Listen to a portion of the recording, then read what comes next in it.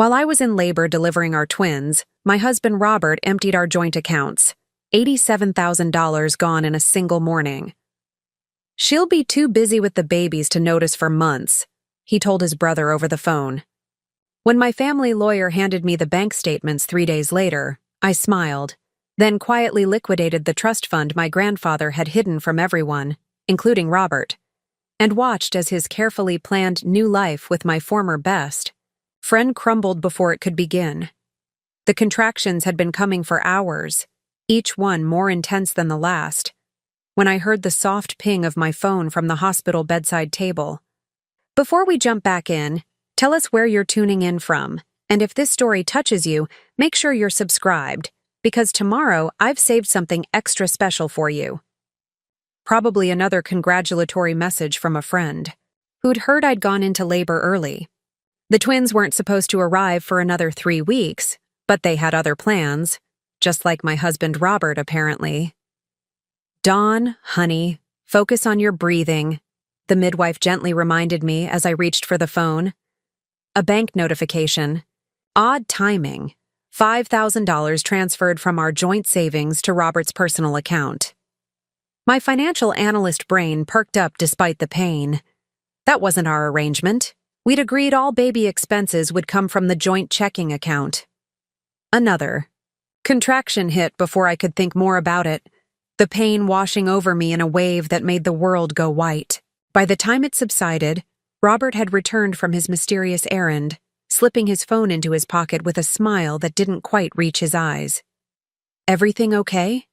I managed to ask between breaths. "Just finalizing some work stuff since I'll be off for paternity leave," he replied, squeezing my hand with just enough pressure to seem supportive. "Nothing for you to worry about now." As the next 12 hours blurred into a haze of pain, determination, and eventually the miraculous sound of my son and daughter crying in unison, that small financial anomaly was forgotten. Emma and Ethan Baker came into the world at 3:42 and 3:47 a.m. on April 18th, tiny but perfect. In those first moments of holding them against my chest, the world narrowed to just the three of us, their delicate fingers wrapping around mine with surprising strength. Robert was oddly absent during those first golden hours, claiming the need to make calls and set up the nursery at home. The nurses exchanged glances but said nothing. At the time, I thought nothing of it. He'd never been good with medical situations, and the birth had been complicated. I gave him the benefit of the doubt, as I had for our entire 8-year relationship. The first true warning came the morning after delivery. Lisa, my college roommate and still my closest friend despite living across the country, FaceTimed unexpectedly. "How are my godchildren?" she began, her smile warm but her eyes concerned. "Perfect," I replied, angling the phone so she could see the twins sleeping in their hospital bassinets. "Worth every minute of 36 hours of labor." Lisa's expression shifted. "Dawn, is Robert there with you?" "No, he went home to shower and grab some things." "Why?" She hesitated, tucking a strand of hair behind her ear the way she always did when delivering difficult news. "I'm probably overreacting, but Chloe Taylor posted something strange on Instagram. A check-in at San Francisco International with the caption, 'New beginnings with my soul's true partner.'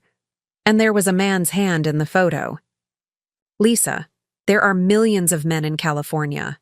Why would that have anything to do with—" The man was wearing Robert's distinctive watch, the vintage Omega his father left him.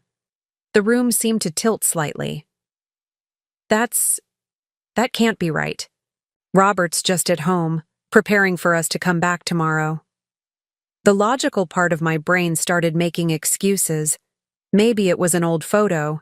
Maybe someone else had a similar watch. Maybe... "Dawn, I'm so sorry, but I don't think it's a coincidence.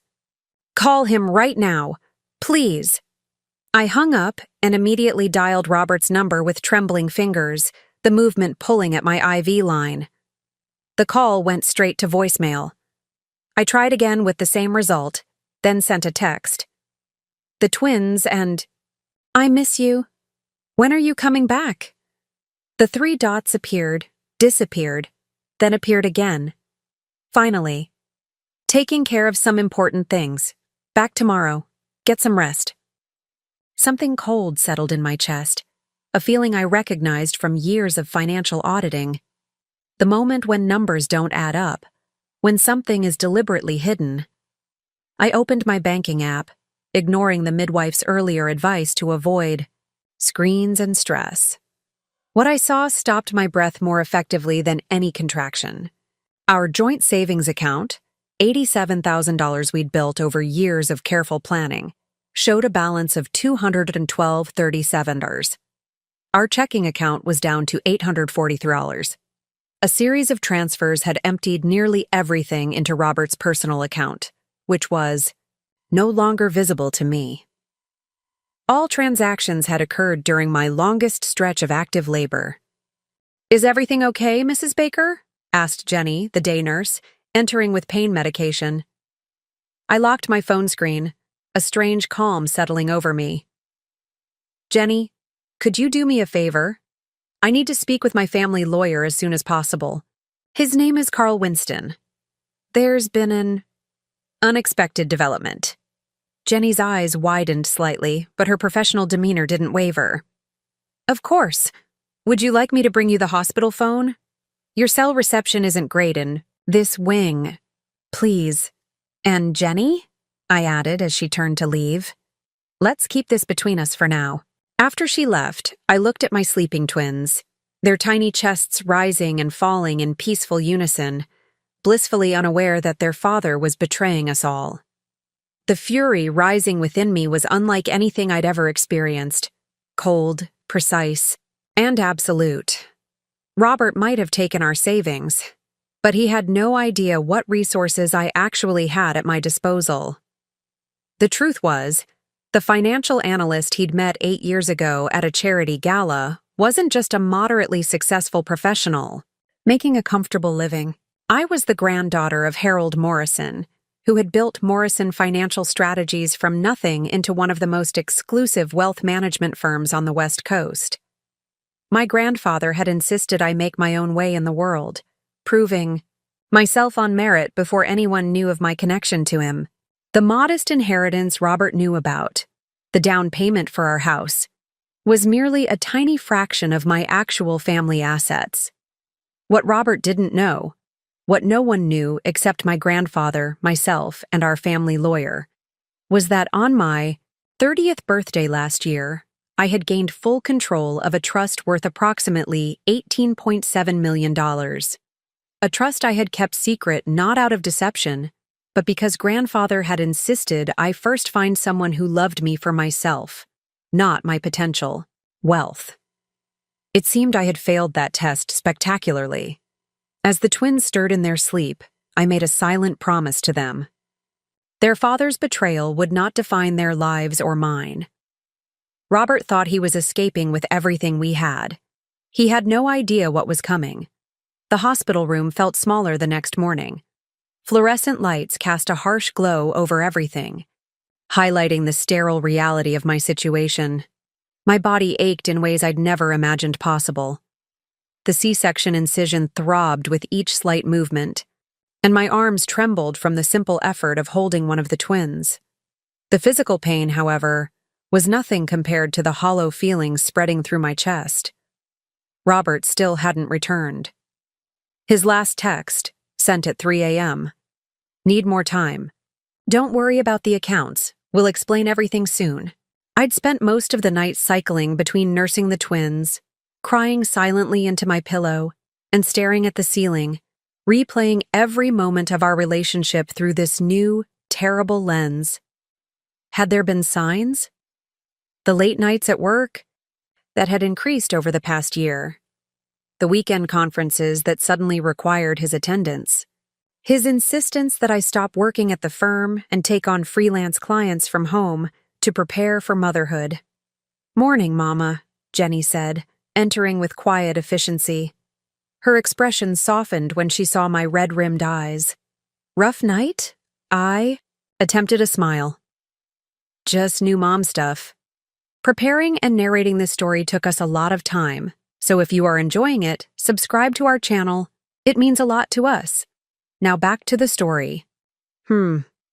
She checked my vitals with practiced movements. Your lawyer called the nurse's station. He'll be here at 10. Thank you. I shifted uncomfortably.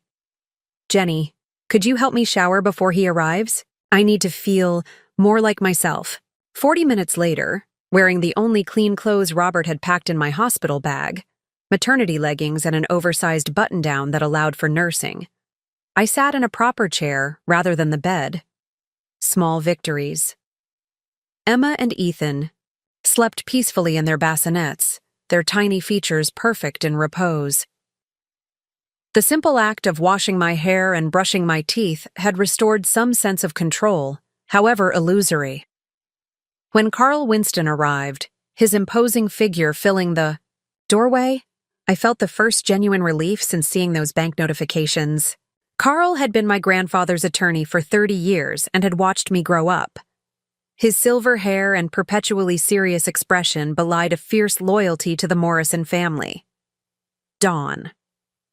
He set his briefcase down and took my hands in his eyes taking in the babies. They're beautiful.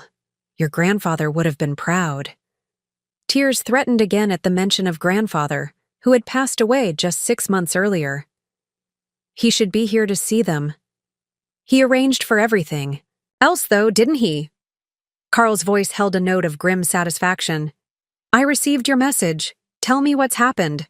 As I detailed Robert's disappearance and the emptied accounts, Carl's expression darkened. He took methodical notes, occasionally asking clarifying questions about timelines and specific amounts. When I mentioned Chloe Taylor's Instagram post, his eyebrow raised slightly. Chloe Taylor, your former colleague at Westridge Analytics? I nodded. And my friend, or so I thought. I see. He made another note. And Robert has no knowledge of the Morrison Trust? None. Grandfather insisted, and I agreed. We wanted to be sure.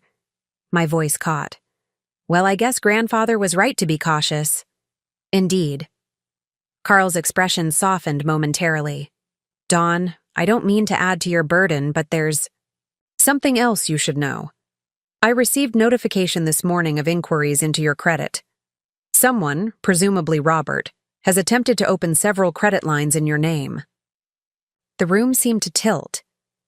He's trying to steal my identity? It appears so. Fortunately, the additional security measures we implemented when the trust activated have flagged these attempts. Nothing has been approved. Carl tapped his pen against his notepad. However, it demonstrates a level of premeditation that concerns me. The implication hung in the air. This wasn't an impulsive decision made by a husband terrified of fatherhood. Robert had planned this, perhaps for months. The house, I said suddenly. Is he trying to sell our house too? The 4-bedroom Craftsman we'd purchased 2 years ago, meticulously renovated for the twins' arrival. The nursery I'd painted myself, careful even with my growing belly, because Robert had been too busy to help. Carl made a call, speaking in low tones while I tried to process this new betrayal. After hanging up, he confirmed my fears. He listed it yesterday with Coldwell Banker.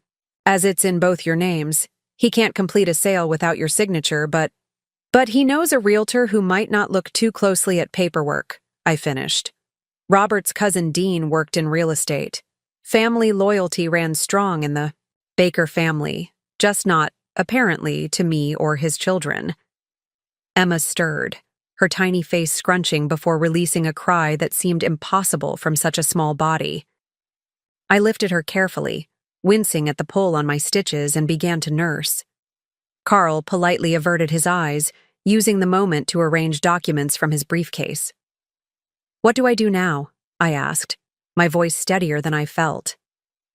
The weight of Emma against my chest, her complete dependence on me, crystallized something.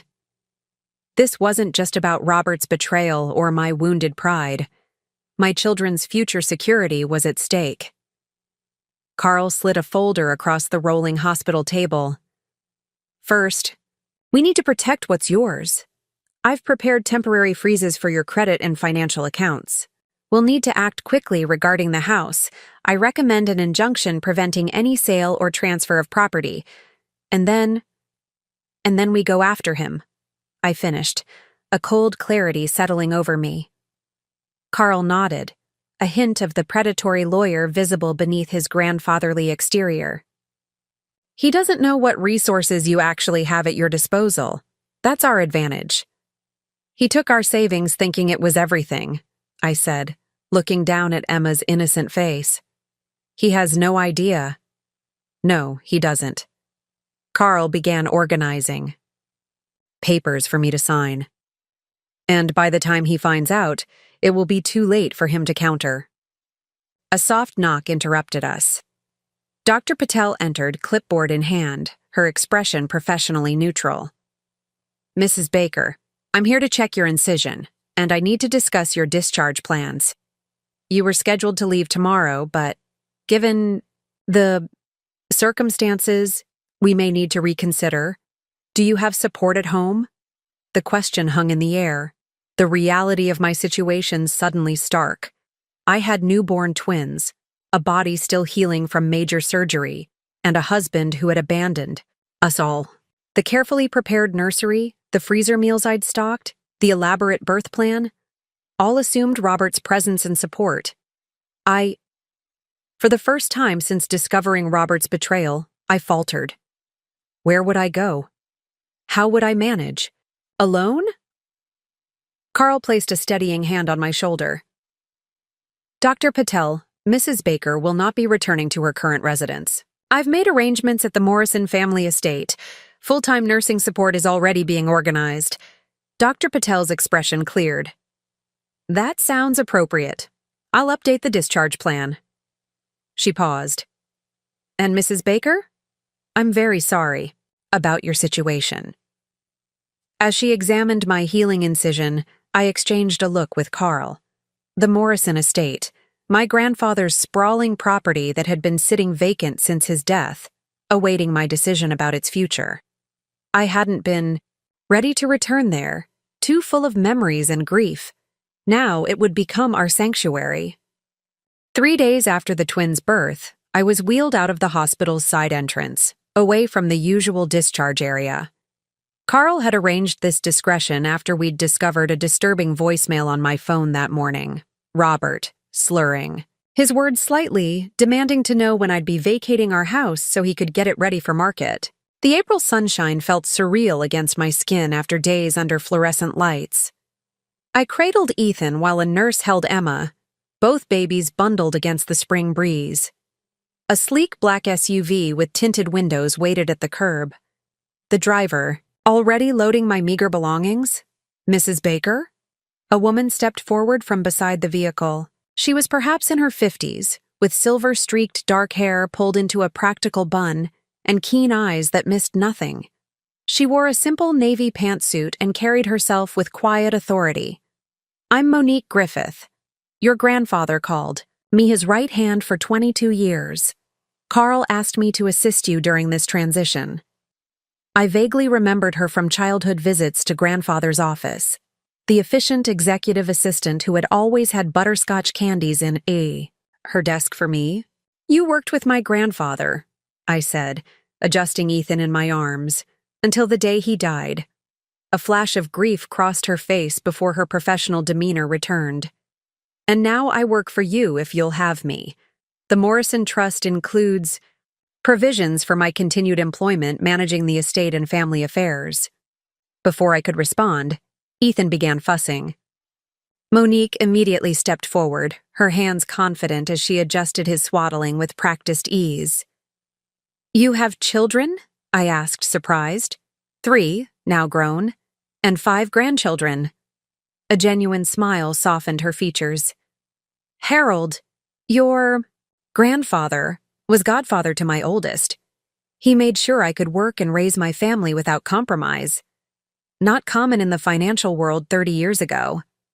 Something about Monique's straightforward competence cut through my fog of pain, and uncertainty. When she helped me into the SUV, securing the twins in their car seats with efficient movements, I felt the first stirring of hope since discovering Robert's betrayal. The drive to the Morrison estate took 40 minutes, leaving the city behind, for the wooded privacy of Meadow Hills. As we turned onto the long, tree-lined drive, childhood memories flooded back. Summers playing in the sprawling gardens, grandfather teaching me to swim in the indoor pool, holiday dinners in the formal dining room where I'd first announced my engagement to Robert. I pushed that particular memory away. "I've prepared the East Wing for you and the babies," Monique said as the house came into view. "It gets the morning sun, and I thought you might appreciate that." The Morrison estate wasn't a mansion in the showy sense. Grandfather had despised ostentation, but it was substantial. A 7-bedroom craftsman designed by a student of Frank Lloyd Wright, seamlessly integrated into the 5-acre wooded lot. The natural materials and abundant windows made it feel like part of the landscape rather than imposed upon it. "The nursing support Carl mentioned?" I asked as the driver parked near a side entrance. "Registered nurse during the day, nurse's assistant overnight, both with extensive newborn experience and impeccable references." Monique checked something on her tablet. "The day nurse, Catherine, starts tomorrow. I'll be here tonight to help." "You don't have to." "I want to." Monique's tone brooked no argument. "Your grandfather did more for my family than I could ever repay. Helping his granddaughter and great-grandchildren is the least I can do." Inside, the house had been subtly transformed. The formal sitting room now held 2 top-of-the-line bassinets. A comfortable nursing chair had replaced grandfather's antique wingback. A changing table stocked with supplies stood where a display cabinet had been.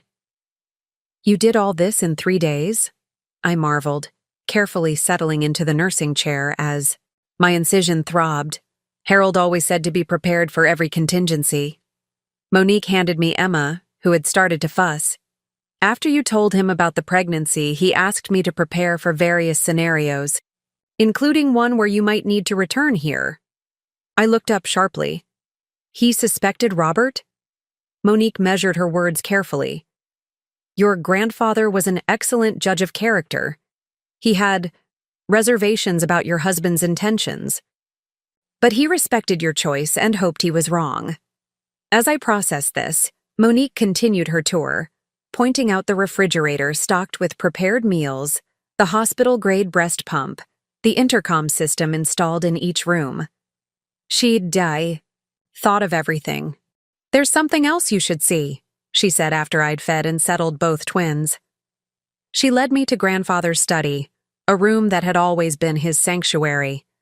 The heavy oak door opened to reveal the space largely unchanged, leather-bound. Books lining the walls, the faint scent of pipe tobacco still lingering despite his having quit years before his death. On the massive desk sat a sealed envelope with my name written in grandfather's distinctive script. "He left specific instructions," Monique explained. "This was to be given to you when she needs to remember who she is. I believe that time is now."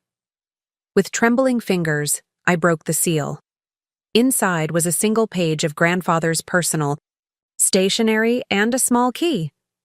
"My dearest Dawn, if you're reading this, I am gone, and you are facing difficulties I had hoped would never come to pass. First, know this. You are a Morrison before you were ever a Baker. Morrisons are not defined by their challenges but by their response to them. You have always possessed a quiet strength that reminds me of your grandmother. Like her, you see the best in people, a beautiful quality that occasionally blinds you to those who would take advantage of your generous heart. Whatever has brought you back to the estate, remember that this is your legacy, not just in material terms, but in character and resilience. The Morrison fortune was built not on lucky gambles, but on careful observation, strategic patience, and the courage to act decisively when the moment demands. The enclosed key opens the safe behind the painting of Whitefish Lake. Inside, you'll find everything you need to reclaim what is rightfully yours and protect what matters most. All my love, grandfather. P.S. Monique knows everything. Trust her as I did. I looked up from the letter to find Monique watching me with a knowing expression. The safe? I asked. She moved to the landscape painting, a scene from our family's Montana property, and swung it away from the wall on hidden C. Hinges, revealing a sophisticated wall safe. I inserted the key, then entered my birth date at Monique's prompt. The heavy door swung open. Inside lay several folders, a portable hard drive, and a small leather-bound journal. Monique handed me the top folder. Your grandfather began collecting this information 2 years ago, when Robert first suggested combining your financial accounts. I opened it to find meticulous documentation of Robert's personal financial history, credit reports, bank statements, tax returns, dating back 5 years before I'd met him. The second folder contained surveillance reports and photographs. He had Robert investigated? I asked, shock mingling with a strange vindication. Harold Morrison didn't believe in leaving things to chance, Monique said simply, especially when it came to family. As I flipped through the pages, patterns emerged that I'd been too blinded by love to see. Robert's periodic financial windfalls that he'd attributed to successful investments. The women whose names appeared repeatedly in expense reports. The gambling debts carefully hidden then mysteriously paid off. He's done this before, I realized, the truth crystallizing with horrible clarity. Monique nodded grimly. 3 times. That we could confirm. Wealthy women, whirlwind romances, followed by mysterious financial troubles that required liquidating assets. The final page of the file contained a name that made my blood run cold. Chloe Taylor, suspected accomplice. My best friend, I whispered. Your husband's partner in more ways than one, Monique corrected gently. They've been working together for years, targeting women with significant assets. Your grandfather discovered their connection about 6 months before he died. Why didn't he tell me? He tried in his way. Remember when he suggested you keep the trust confidential until the time was right? He was giving you protection while hoping you'd see the truth for yourself. Monique's expression held no judgment. He believed forcing you to choose would only push you further into Robert's influence. I closed the folder, a cold resolve settling over me. Grandfather was preparing me for this moment. Yes, Monique agreed. And now, he's given you everything you need to fight back. Sleep eluded me that night despite my exhaustion. Between feeding the twins and processing the revelations from my grandfather's safe, my mind raced with questions. How had I missed the signs? How deeply did Robert's deception run? By morning, Monique found me in grandfather's study, the contents of his files spread across the massive desk. I'd been up since 4 a.m. after the twins' feeding, poring over the evidence with the analytical precision that had made me successful in my career. You should rest, Monique said, setting down a tray with tea and toast. I'll rest when my children's future is secure. I gestured to my organized stacks of documents. Robert's pattern is clear. He targets financially comfortable women, preferably those with greater wealth potential, inheritances, family connections, or career trajectories that promise future affluence. Monique nodded, filling my teacup. Your grandfather called it investing in futures. Chloe was instrumental in every case, I continued. She befriends the target first, gathering information about their finances, family dynamics, vulnerabilities. Then she introduces Robert at a carefully orchestrated chance meeting. The betrayal of friendship cut almost deeper than Robert's deception. Chloe had been my confidant for 3 years before introducing me to Robert at a charity gala.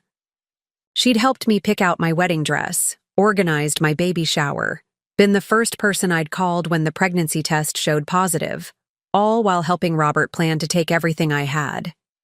The timing makes sense now, I said, tapping. A particular bank statement. 6 months ago, when grandfather's health declined severely, there was a flurry of activity in Robert's private account. He must have realized the inheritance would be coming soon. And the pregnancy? Monique asked gently. I placed a protective hand over my still tender abdomen. Initially, a complication to their plan, I suspect. But then an opportunity. What? Better time to disappear with someone's money than when they're physically incapacitated and emotionally overwhelmed with newborns? A soft chime interrupted us, the house's security system announcing an arrival. Monique checked her tablet.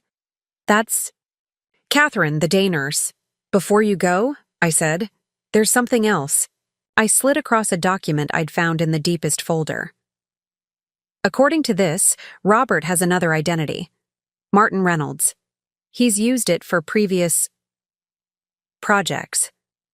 Monique's expression remained neutral, but her eyes hardened. Yes, your grandfather discovered it during the background investigation. And a third identity, too, it seems. Craig Phillips. I tapped another page.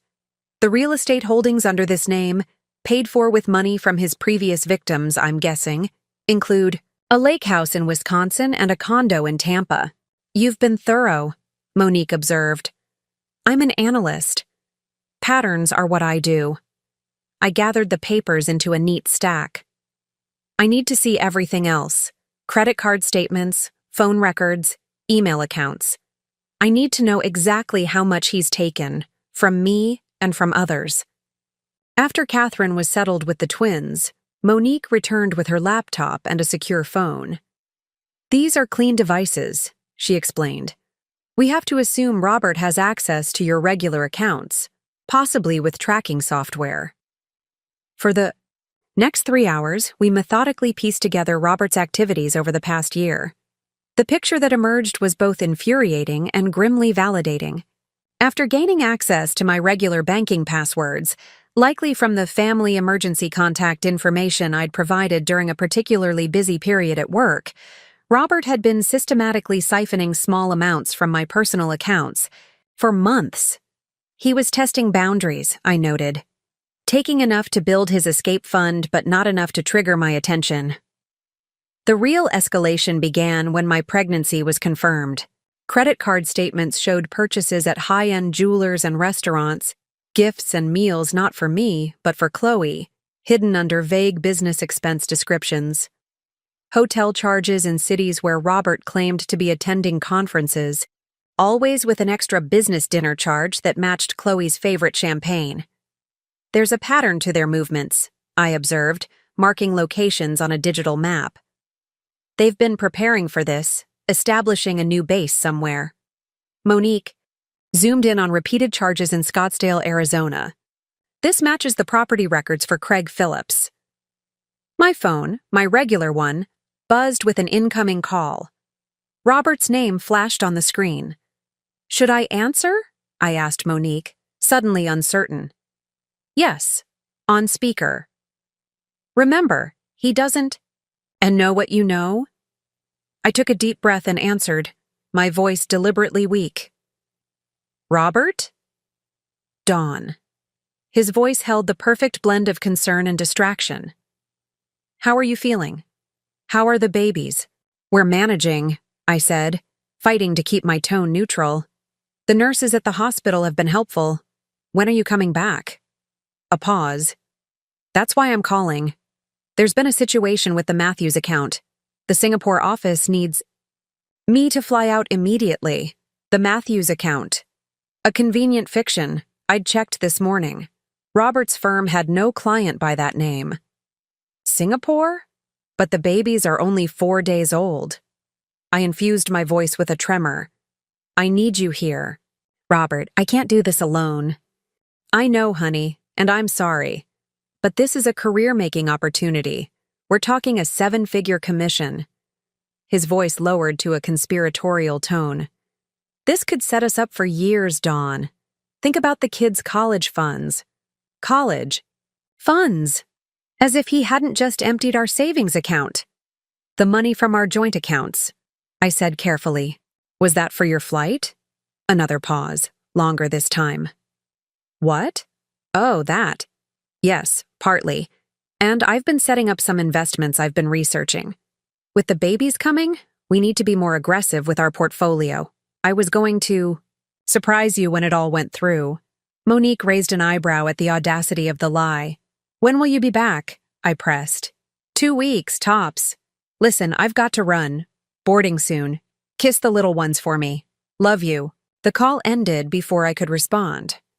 He's buying time, Monique said, likely emptying any remaining accounts and covering his tracks. Singapore, I repeated, turning back to the map. Not Arizona. A false trail, Monique agreed. Check the credit card for international charges. Sure enough, Robert's corporate card showed a first-class ticket to Singapore, departing tomorrow, not today as he'd implied. A diversionary tactic while he finalized his actual plans. There's something else, I said, pulling up the home security app on my tablet. Another of grandfather's precautions. When I'd moved into Robert's house after marriage, he'd insisted on installing a state-of-the-art security system as a wedding gift. What I hadn't realized until reading his files was that the system included discrete cameras in common areas. I entered my access code and flipped through recent footage. There, in our living room just yesterday, Robert and Chloe, packing items, into expensive luggage. Robert moved methodically through the house, selecting valuables, the antique silver from my family, the art pieces we'd collected, even the diamond earrings he'd given me for our anniversary, retrieved from my jewelry box. He's liquidating everything, I murmured. But it was the next clip that froze my blood. Robert at my desk, going through my personal papers, pulling out the single document I'd kept about the Morrison Trust, a vague reference letter from Carl about family assets under management that I'd saved for tax purposes. Robert's expression changed as he read, a slow smile spreading across his face. He pulled out his phone and took photos of the document before carefully returning it to its place. He knows, I whispered, or at least, he suspects. This changes our timeline, Monique said briskly. If he's aware of the trust, even partially, he'll accelerate his plans. The security footage continued, Robert and Chloe embracing in my kitchen, laughing as he twirled her around. To us, he said, his voice slightly tinny through the security system audio. And to the stupid little accountant who's about to fund our early retirement. The rage that swept through me was like nothing I'd ever experienced. Cold, clarifying, and absolute. The evidence before me wasn't just of financial fraud, but of calculated emotional manipulation, the deliberate exploitation of trust given in good faith. I watched them drink champagne, my champagne, in my kitchen, while planning their escape. With my money, mocking the life I'd built and the family I'd just created. He thinks I'm still the naive woman who believed his lies, I said, my voice steady despite the anger burning through me. He has no idea who he's actually dealing with. Monique's smile held no warmth. Then perhaps it's time to show him. By afternoon, Carl arrived with Dr. Sharma, a distinguished OB/GYN who specialized in high-risk pregnancies and postpartum care. As Catherine supervised the twins' nap in the nursery, I submitted to Dr. Sharma's examination in the privacy of the main suite. Your C-section incision is healing properly, she concluded, removing her gloves. But you're pushing yourself too hard, too soon. Your body has undergone significant trauma. Carl, who had diplomatically waited in the adjoining sitting room, rejoined us as I readjusted my clothing. What are the specific limitations? He asked, legal pad ready. Dr. Sharma looked between us, her expression concerned. Mrs. Baker needs at least 2 more weeks of minimal physical activity. No lifting anything heavier than the babies. No driving for another week.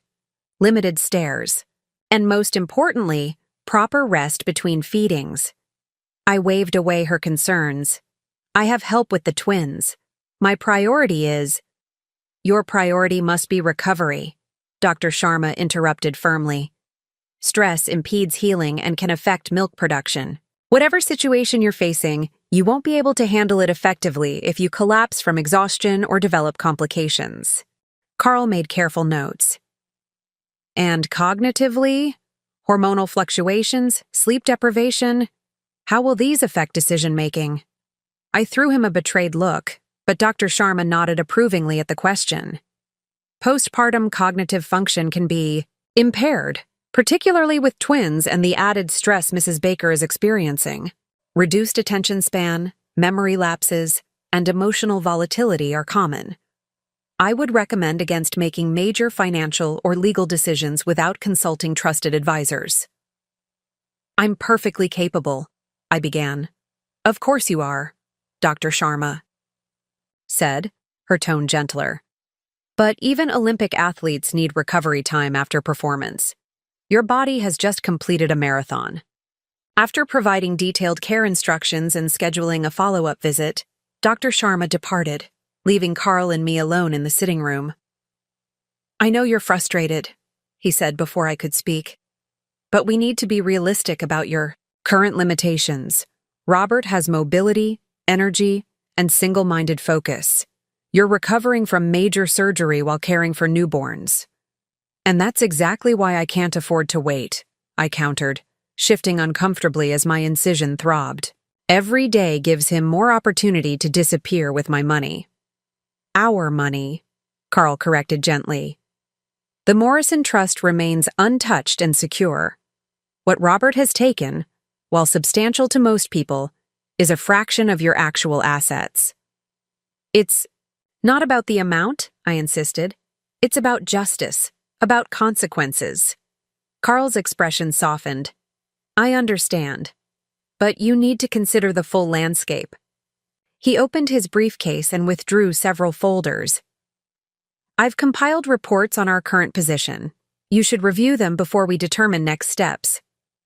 The first folder contained a precise accounting of my financial status. The joint accounts, now empty. My personal accounts significantly depleted. Credit cards approaching their limits with charges I hadn't made. The house in pre-listing status with Dean Baker's real estate agency. The credit card companies have been notified of fraud, Carl assured me. Those charges will be reversed. And I've filed an emergency injunction on the house. Robert cannot legally sell it without your consent. The second folder held a preliminary assessment of my physical assets. Jewelry missing from the safe deposit box. Art and antiques removed. From the house, as confirmed by the security footage. Even my car, which Robert had apparently traded in yesterday at a luxury dealership 2 counties over. He's been thorough, I noted, a hollow feeling spreading through my chest. Yes, which suggests professional planning, not impulsive action. Carl tapped the third folder. This contains what we know about Robert's current status and limitations. I flipped it open to find surveillance photos taken just hours earlier. Robert, at a private airfield, overseeing the loading of luggage into a small jet. Chloe by his side, her arm possessively linked through his.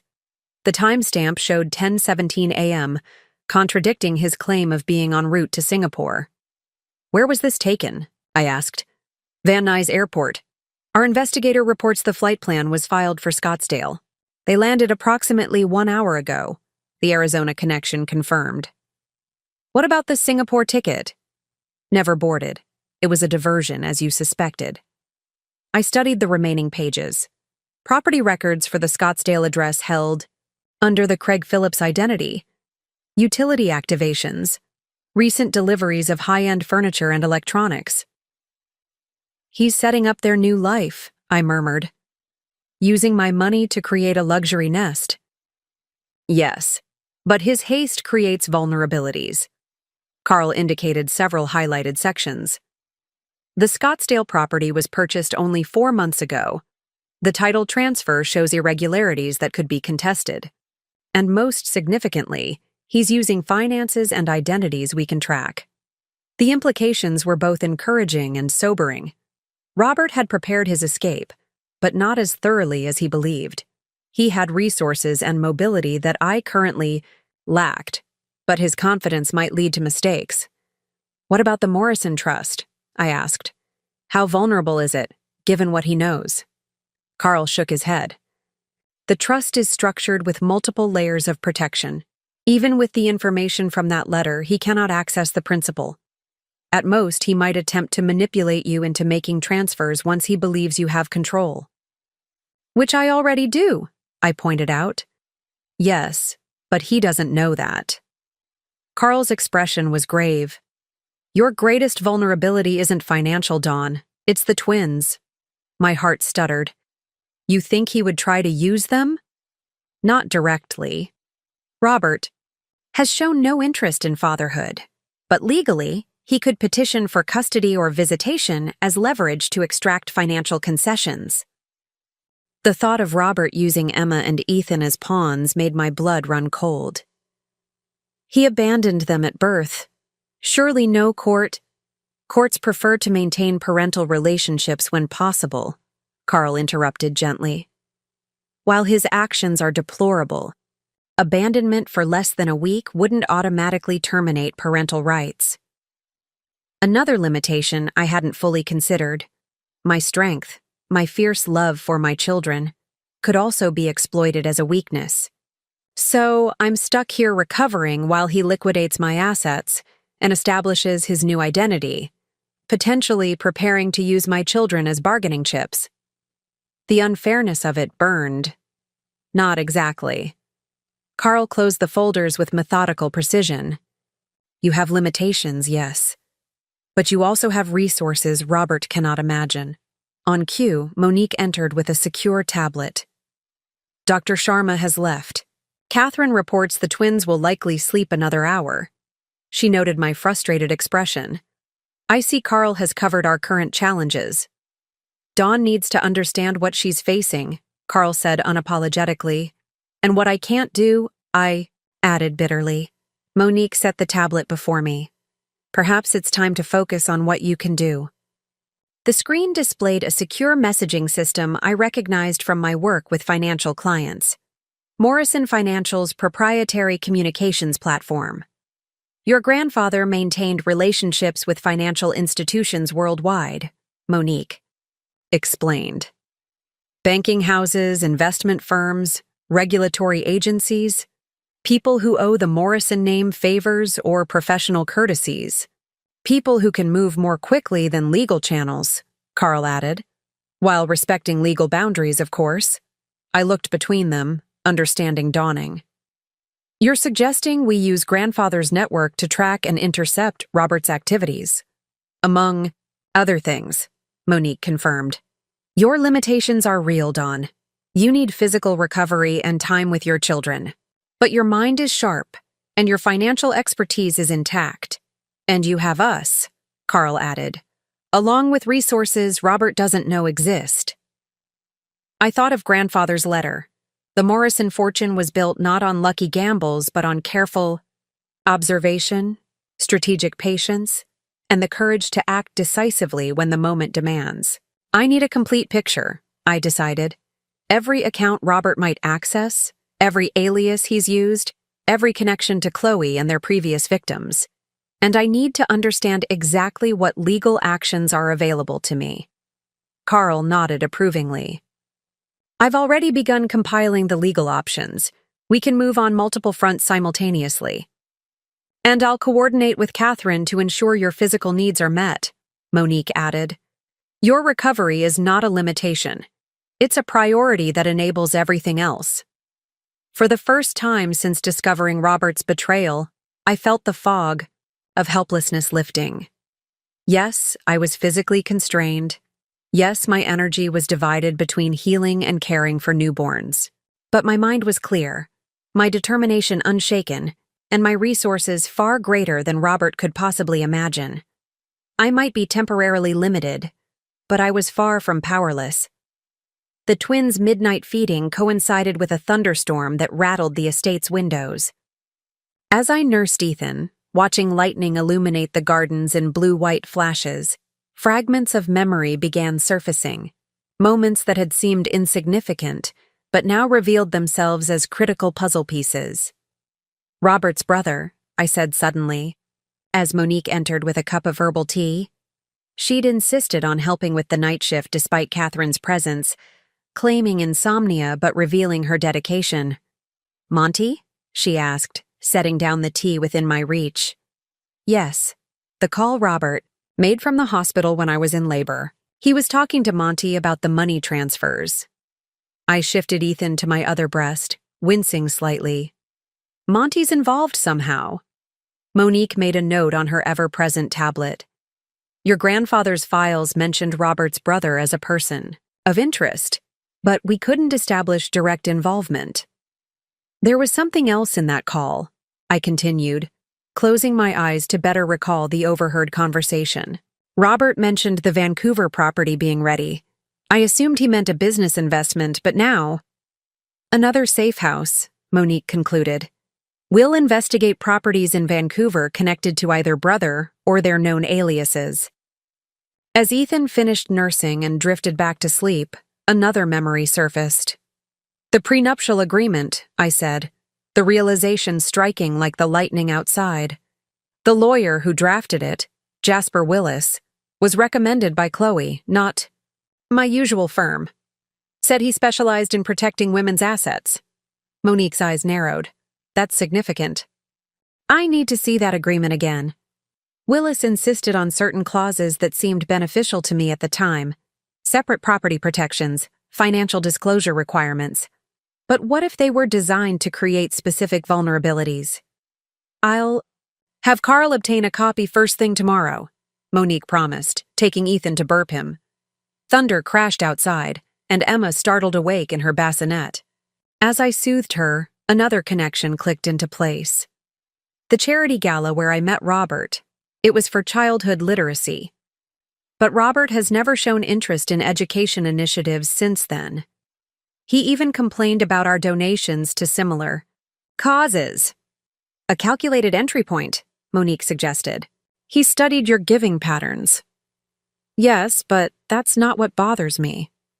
I frowned, trying to articulate the emerging pattern. "Robert cultivated specific friendships after we married. People with connections to financial institutions, estate, planning, even my personal banker. I thought he was just being supportive of my career." "He was mapping your financial landscape," Monique said. "And isolating me from my original network," I added. "I stopped attending industry events because Robert always had alternative engagements planned. My regular lunches with colleagues gradually disappeared from my calendar. Classic manipulation tactics. How had I missed them? By morning, these midnight insights had crystallized into actionable intelligence. Over breakfast, which Catherine insisted I eat before diving into work, I outlined my thoughts to Carl and Monique. "We've been thinking about this as financial fraud," I explained, "but it's more sophisticated. Robert didn't just target my visible assets. He systematically positioned himself to access the Morrison fortune if and when I inherited." Carl nodded. "The long game. The prenup," I continued, "which I insisted on to protect my modest inheritance from my parents, was actually designed to create a pathway to bigger assets. There's a clause about jointly managed family interests that could be interpreted to include trust distributions." "Clever," Carl admitted. "Not legally sound, but enough to initiate costly litigation. And then there's Monty." I passed Carl the notes I'd made during the night. "Robert's brother is a digital security consultant. Last Thanksgiving, he upgraded our home network as a gift. I gave him administrator access to everything." Monique's expression darkened. "Including your devices and security systems. Which means," I concluded, "we have to assume they still have access to my regular email, banking passwords, and possibly the home security footage." "Their surveillance gives us an opportunity," Carl noted. "If they believe they're monitoring your activities successfully, we can feed them specific information." This sparked another realization. The hospital records, too. Robert could access my patient portal with the password he knows. He's likely monitoring my expected discharge date, medical status, everything. "So he knows you've been released," Carl concluded. "But not where I've gone," I countered. The Morrison estate isn't in any records linked to my married name. Even the car that brought me here was registered to the family corporation. Monique tapped her tablet thoughtfully. We could use the hospital angle. Have them update your records to show complications requiring extended recovery. Buying us time, I agreed. As if summoned by our discussion of medical matters, Dr. Sharma arrived for my morning checkup. After examining my incision and vital signs, she delivered an assessment that tied directly to our strategic planning. You're healing well physically, she confirmed, but your blood pressure is elevated. Not dangerously, but enough to concern me given your circumstances. Stress, I acknowledged. Yes, and it can impede recovery. Medically speaking, I would recommend minimizing stressors for at least another week. Focus on bonding with your babies and allowing your body to heal. After she left, Carl looked at me expectantly. Does this change our approach? No, I decided. But it clarifies our timeline. I can't afford a prolonged battle right now, not physically or emotionally. We need decisive action that resolves this quickly. Monique's tablet chimed with an incoming message. She reviewed it, her expression shifting to one of grim satisfaction. Our financial inquiries have yielded results, she announced. Robert attempted to open accounts at Swiss United Bank this morning, using your joint tax returns as proof of assets. That's standard procedure for establishing banking relationships, I noted. Yes, but he claimed to be representing Morrison Financial interests. Used your grandfather's company letterhead, presumably from documents in your home office. My grandfather's letterhead, which contained embedded security features invisible to the naked eye but recognized by major financial institutions. A protection against exactly this kind of fraud. So he triggered security protocols, I realized. Immediately, Monique confirmed. The bank contacted Morrison Financial directly, following established verification procedures. Our compliance officer recognized the situation from the alert I issued yesterday. What happened? I asked. The bank stalled him, claiming additional documentation requirements. He's scheduled to return tomorrow morning with certified financial statements. A crucial mistake on Robert's part, attempting to leverage the Morrison name without understanding the safeguards in place. My grandfather had built relationships with banking institutions worldwide, establishing protocols that would flag unauthorized use of company credentials. This gives us leverage, Carl noted. Banking fraud carries significant penalties, especially across international boundaries. But I was already seeing beyond the immediate advantage. It's not just leverage, it's a pattern revealing Robert's larger strategy. I turned to Monique. Can we get the exact documents he presented and surveillance footage from the bank? Already requested. And we need to check other financial centers where Morrison has relationships. If he tried this at one institution, he's likely approaching multiple banks, Carl finished, creating a diverse portfolio of fraudulent accounts. This insight unlocked another memory, a conversation I'd overheard between Robert and Chloe at our Christmas party, thinking they were discussing legitimate investment strategy. Diversification is key. Establish 5 entry points, then funnel through the Caribbean shell before consolidation. Not investment advice. Instructions for laundering money. The Caribbean shell, I said aloud. They mentioned a structure in the Cayman Islands. If we can identify it, we can potentially freeze all connected accounts, Carl concluded. As Monique made calls to initiate these inquiries, I felt a strange calm settling over me.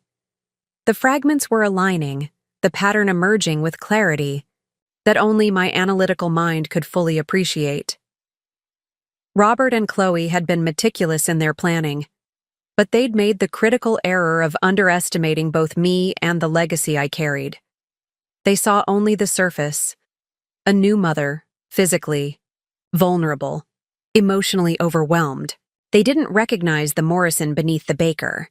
They didn't understand that while my body recovered, my mind was making connections they had never anticipated. Most crucially, they didn't realize that the very network they sought to exploit was already mobilizing against them, invisible threads of influence and information tightening around their scheme before they even sensed the resistance. "We have them," I said softly, the certainty growing with each new insight. "They just don't know it yet." By afternoon, the Morrison estate's former sunroom had transformed into our command center. Carl had arranged for a secure data terminal to be installed, connected to Morrison Financial's private servers, but isolated from any networks Robert might monitor. Monique coordinated a steady stream of information from financial institutions and private investigators, while I directed our efforts from a comfortable chaise, twins sleeping nearby. "Documentation is our strongest weapon," Carl emphasized, organizing evidence into categories. "Criminal charges, civil litigation, financial recovery, each requires specific proof." I nodded, reviewing the growing case file. "We need to establish clear timelines and patterns of behavior. Not just what Robert took, but how systematically he operated." On the digital whiteboard, we mapped every known action Robert had taken, from our first meeting to his most recent Swiss bank maneuver. Color-coded threads connected seemingly disparate events into a cohesive strategy. Red for financial transactions, blue for identity creation and documentation, green for relationship manipulation. His pattern becomes clear when visualized, I noted, studying the timeline. Each relationship phase corresponded with specific financial actions. Courtship coincided with information gathering, engagement with isolation from my support network, marriage with gradual asset integration, and pregnancy with acceleration. "Toward exit," Monique concluded. I turned to the financial documentation, where my professional expertise proved most valuable. Bank statements revealed methodical withdrawals disguised as legitimate expenses. Credit card records showed purchases, supporting his alternate identities, clothing never worn in my presence, travel to locations he'd never mentioned visiting. He maintained separate digital devices, I realized, noting patterns in our internet billing. Regular data spikes occurred when I was reliably away. Yoga classes, prenatal appointments. Carl flagged each discovery for further investigation. Electronic evidence can be particularly compelling in court. By evening, we had constructed 3 distinct but interconnected cases against Robert. First, criminal charges for fraud, identity theft, and grand larceny, supported by bank records, forged documents, and security footage from our home. Second, civil claims for financial damages, emotional distress, and breach of fiduciary duty, strengthened by evidence of his deliberate deception throughout our relationship. Third, a comprehensive strategy for financial recovery that would not only reclaim what he'd taken but potentially seize assets acquired through his previous schemes. "What about Chloe and Monty?" I asked. "They're equally culpable." "We're building separate cases against each," Carl confirmed. "Conspiracy charges at minimum. For Chloe, there's also potential fraud related to her professional interactions with you." The documentation process proved unexpectedly therapeutic. Each piece of evidence transformed my personal betrayal into something objective, a case to be pursued rather than a wound to be nursed. The analyst in me found satisfaction in assembling this puzzle, even as the woman and mother in me still reeled from the deception. As we worked, patterns emerged beyond Robert's actions. Banking alerts from Morrison Financial's network identified similar fraud attempts at institutions in Singapore, London, and Toronto, all using variations of my credentials or family connections. "He's casting a wide net," I observed, hoping something sticks before the fraud is detected. "And documenting his attempts gives us leverage with international authorities," Carl added. "Financial crimes across multiple jurisdictions elevate the priority level for law enforcement." Monique received confirmation that Swiss United Bank had preserved surveillance footage of Robert's visit. The images showed him confidently presenting forged documentation, Chloe waiting outside in a rented luxury car. "He's using my grandfather's name," I noted, anger flaring at the falsified Morrison financial letterhead. "A name built on decades of integrity." "Which gives us another angle," Carl said. "Trademark infringement, corporate identity theft. The business damages exceed personal theft." By nightfall, our evidence compilation had yielded unexpected insights into Robert's capabilities and limitations. His technical knowledge was primarily borrowed from Monty. His financial transactions followed predictable patterns. His confidence led him to take shortcuts that created vulnerabilities.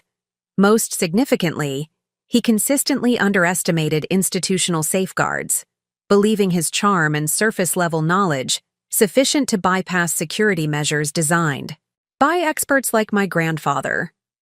"He's not nearly as clever as he thinks," I concluded, reviewing his clumsy attempts to leverage Morrison credentials.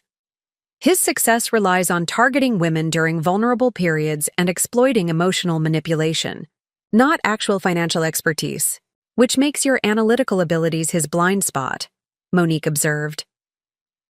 As I prepared for the twins' evening feeding, I reviewed what we'd assembled, a comprehensive case file that transformed scattered evidence into a compelling narrative of calculated fraud. Each document, statement, and timestamp added weight to our position. Each connection strengthened the foundation for what would come next. "We have enough to begin legal proceedings," Carl confirmed. "But timing remains critical." I nodded, understanding the delicate balance we faced. Move too quickly, and Robert might vanish with whatever assets we hadn't yet traced. Wait too long, and he could establish new identities beyond our reach. "Tomorrow," I decided. "We'll make our first move tomorrow." For the first time since discovering Robert's betrayal, I felt the power shifting. No longer just a victim of his scheme, I had become the architect of his reckoning. Dawn broke just as I finished nursing the twins. The symbolism wasn't lost on me. A new day, a new phase in our strategy. I'd managed a few hours of sleep, more than I'd expected given the weight of what we were undertaking. Carl arrived earlier than scheduled, his expression unusually grave. He carried a secure tablet rather than his usual portfolio. "There's been a development," he said without preamble. "Our investigator found something in Vancouver. The property Robert had mentioned to Monty during my labor." I braced myself. "Show me." The tablet displayed property records for a waterfront condominium purchased 6 months ago, precisely when my grandfather's health had begun its final decline. The owner, Phoenix Holdings, LLC, a shell company registered in Delaware. "This is Robert's?" I asked, indirectly. Phoenix Holdings traces back to a trust controlled by Dean Baker, Robert's cousin, the realtor. The pieces connected instantly. "He's been helping launder the money through real estate transactions." Carl nodded. "But that's not the most disturbing discovery." He swiped to the next document, a birth certificate dated 9 years earlier. "The Vancouver property has another regular occupant." A child's name jumped from the page. Aiden Phillips. Mother, Margaret Phillips, deceased. Father, Craig Phillips. "Craig Phillips, Robert's alias," I whispered, the implications hitting me like a physical blow. "Robert has a son, a 9-year-old son, who has been attending private school in Vancouver for the past 3 years, according to enrollment records. Tuition paid by Phoenix Holdings." My mind raced through calculations I didn't want to face. 9 years ago, Robert would have been 25. I'd known him for only 5 years, married for 3. "Does the timeline match any of his previous targets?" I managed to ask. Carl's expression confirmed my suspicion before he spoke. Margaret Phillips, born Margaret Wilson, was a client at his former investment firm. Wealthy family, inherited significant assets at 21. She died in a boating accident 7 years ago.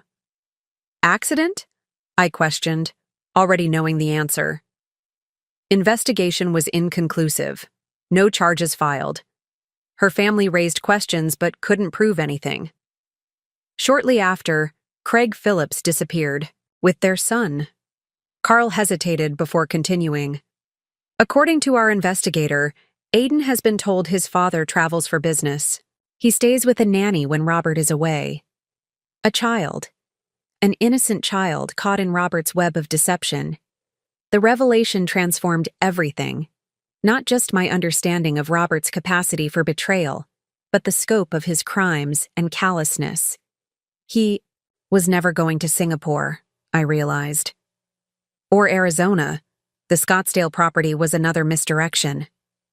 We believe so. His actual destination appears to be Vancouver, where he's been methodically transferring assets over the past 6 months. My thoughts turned to the twins, not yet 2 weeks old. He abandoned our children without a second thought, but has been supporting his son for years. In his own way, Carl said carefully. The nanny reports that Robert visits monthly at most. The relationship appears to be perfunctory, transactional, like everything in Robert's life. Even parenthood. Monique entered, immediately sensing the atmosphere. What's happened? As Carl briefed her, I struggled to process this new dimension of betrayal. The existence of Aiden didn't just reveal Robert's longer history of deception. It exposed the calculated nature of his relationship with me.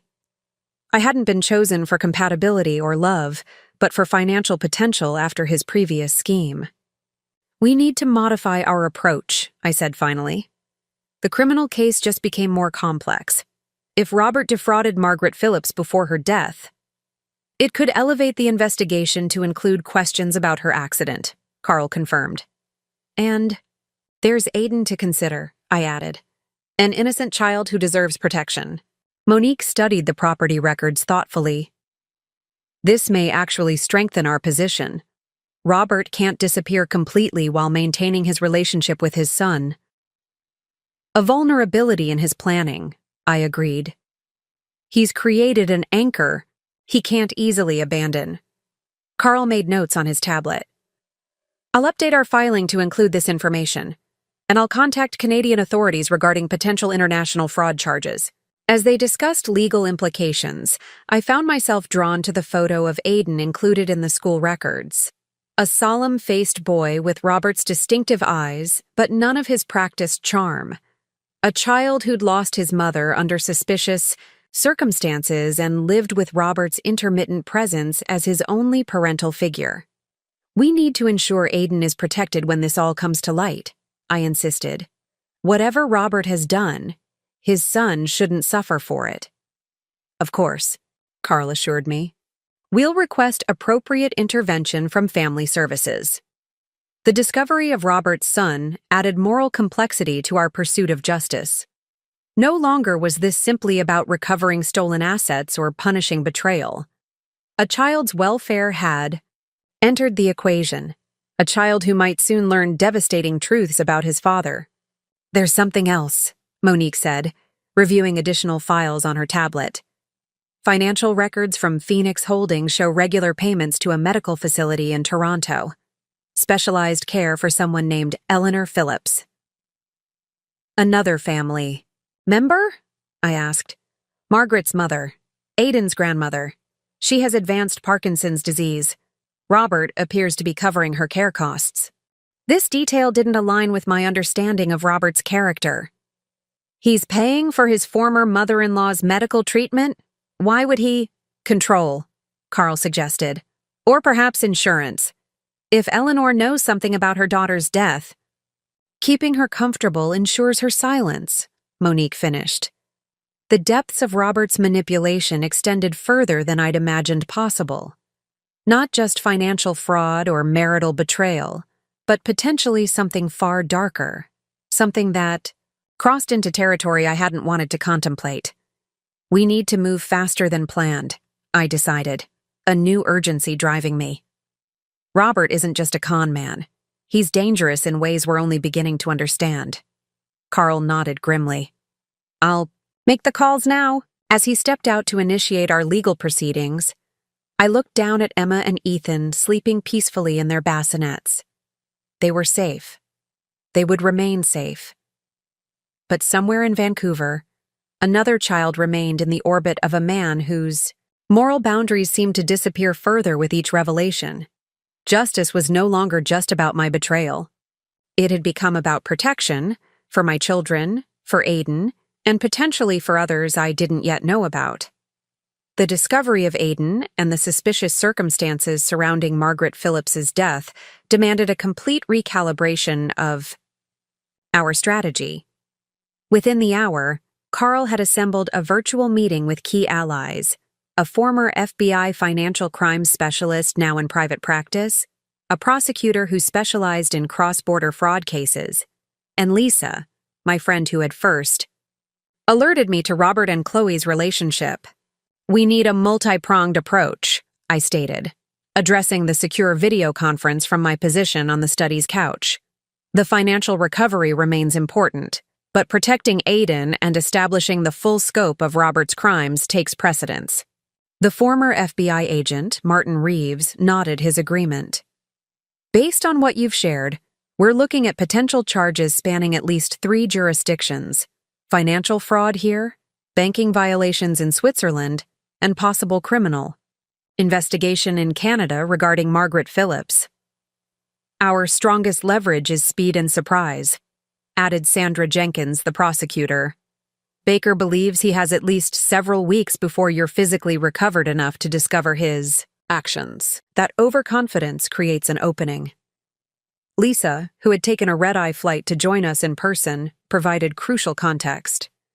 "Robert's relationship with Chloe isn't just about this scheme. They've been working together for years. I've been digging through social media archives, and I found photos placing them together as far back as 8 years ago.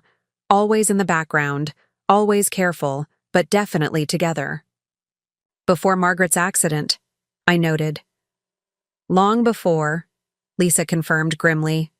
I took a deep breath, organizing my thoughts. Financial analysis had always been my strength, identifying patterns, developing strategies, calculating optimal approaches. Now I needed to apply those skills to something far more personal and urgent. "Here's what we know about Robert's current position," I began, shifting into my professional analysis mode. "He's moving between Scottsdale and Vancouver, establishing financial footholds in both locations plus foreign accounts. He believes I'm still hospitalized, or at least incapacitated by recovery and childcare. Most importantly, he thinks his activities are undetected because he controls our shared digital environment. The surveillance advantage," Reeves commented. "Which we can leverage," I continued. "I propose a 3-phase strategy operating simultaneously." I outlined my plan, drawing on each team member's expertise. Phase 1 would focus on asset protection and recovery, freezing accounts, filing emergency injunctions, and documenting fraud through official channels. Phase 2 would address the criminal investigation, building cases methodically while coordinating with authorities in multiple jurisdictions. Phase 3, the most delicate, would involve Aiden and the Vancouver situation. "I want to be clear," I emphasized. "Whatever happens, Aiden must be protected. He's an innocent child who's already lost his mother." "Child Protective Services will need to be involved," Sandra noted. "But carefully. We don't want to tip off Robert before we're ready." We spent the next 2 hours refining the strategy, assigning responsibilities, and establishing secure communication protocols. By lunch, each team member had clear objectives and timelines. "What about your personal safety?" Lisa asked as the virtual participants signed off. "If Robert realizes you're building a case against him..." "The Morrison estate is secure," Monique assured her. "Limited access points, modern security system, remote location, and we have private security personnel on rotating shifts." I appreciated their concern, but my mind had already moved to the next critical decision.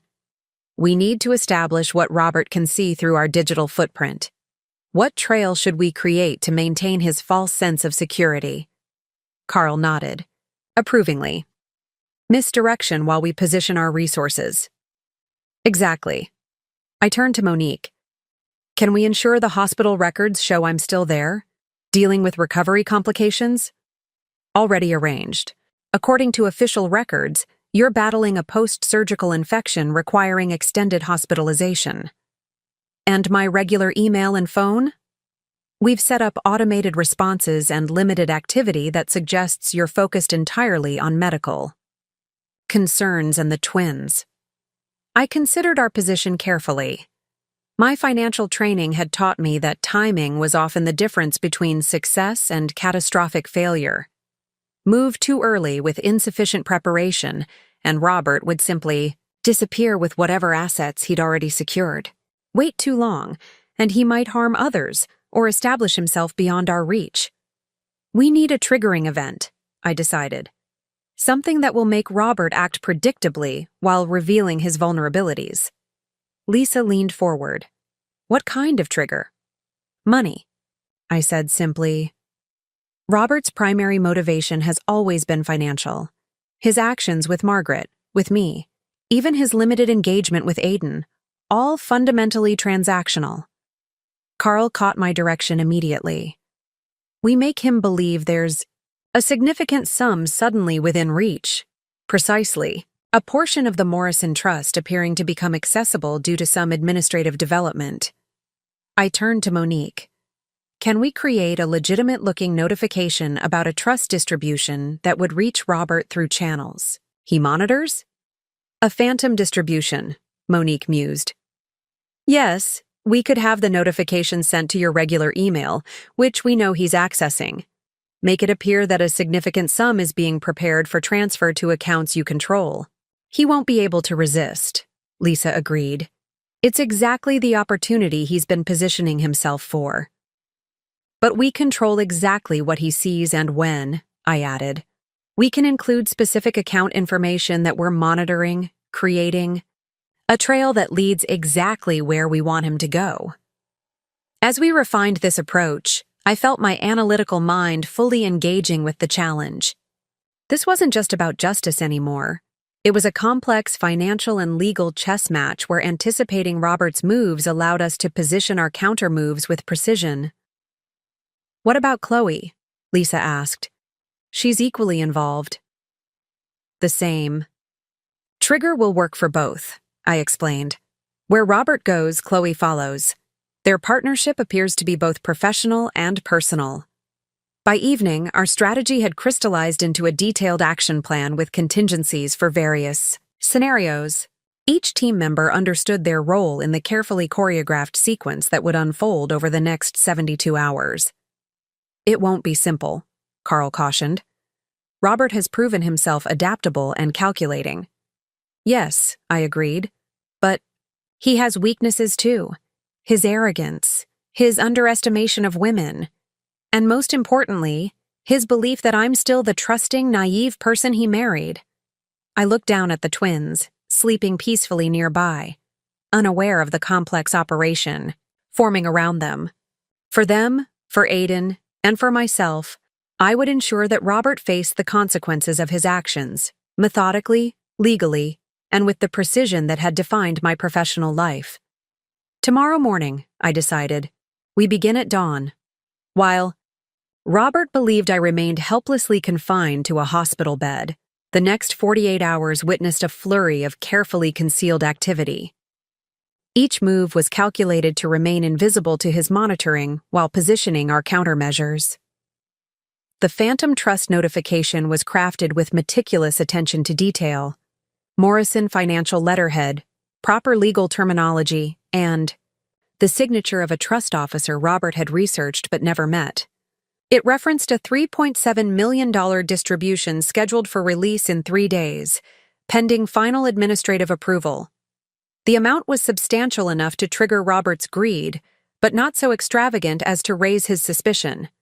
He's accessed the email, Monique confirmed, monitoring the tracking software we'd embedded in the message. Spent approximately 7 minutes reviewing the document.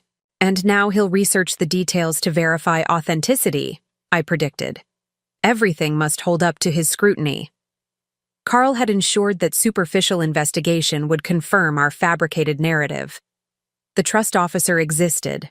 The distribution, schedule aligned with standard protocols. The verification procedures matched Morrison Financial's published policies. While Robert focused on this tantalizing prospect, our team executed the substantive work beneath the surface. Legal filings were prepared under seal, preventing public records from alerting him. Financial holds were positioned but not activated, ready to freeze assets across multiple jurisdictions simultaneously. In Vancouver, a carefully vetted social worker conducted an educational wellness check at Aiden's school, standard procedure that wouldn't raise alarms but would establish a baseline assessment of his situation. The social worker reports Aiden appears well cared for physically, Lisa informed me after receiving the confidential update, but noted as emotionally reserved and excessively self-reliant for his age. The description tightened something in my chest. Has she established contact with the nanny? Initial conversation only. Angela Porter, 56, employed through an agency for the past 3 years. Professional, protective of Aiden. Seems unaware of Robert's broader activities.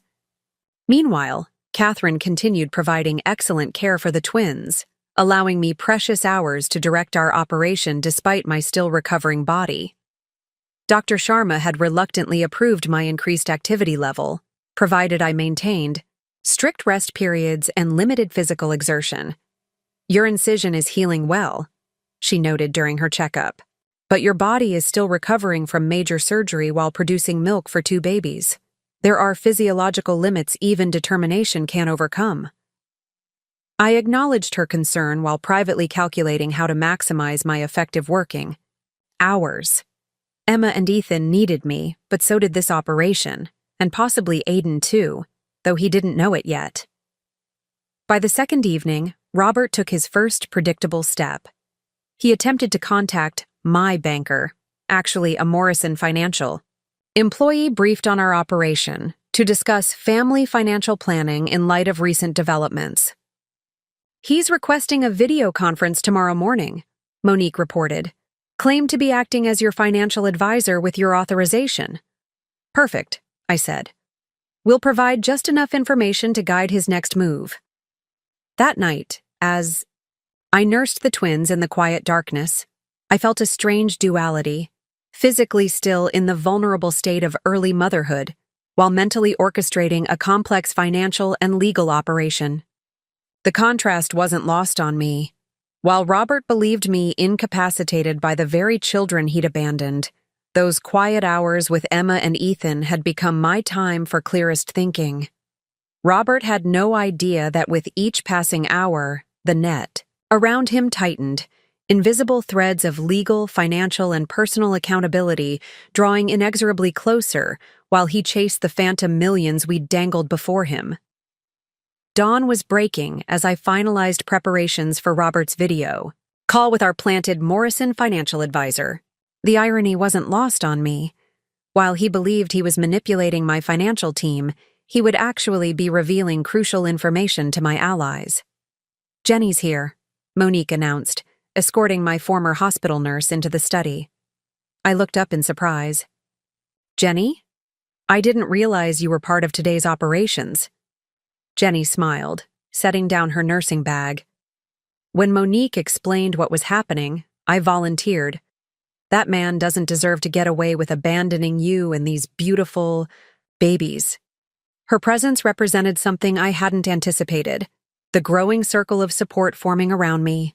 What had begun as a small team of professional advisors had organically expanded to include people connected by moral conviction rather than financial or legal obligation. We need someone to monitor your actual medical status during this operation, Monique explained. Dr. Sharma recommended Jenny specifically. As Jenny checked my vitals and incision, Lisa arrived with breakfast and news. Chloe's credit card was just used to purchase 2 first-class tickets to Vancouver. Departure tomorrow morning. They're accelerating their timeline, I noted. The Phantom Trust distribution is working. Carl joined us via secure video link from his downtown office.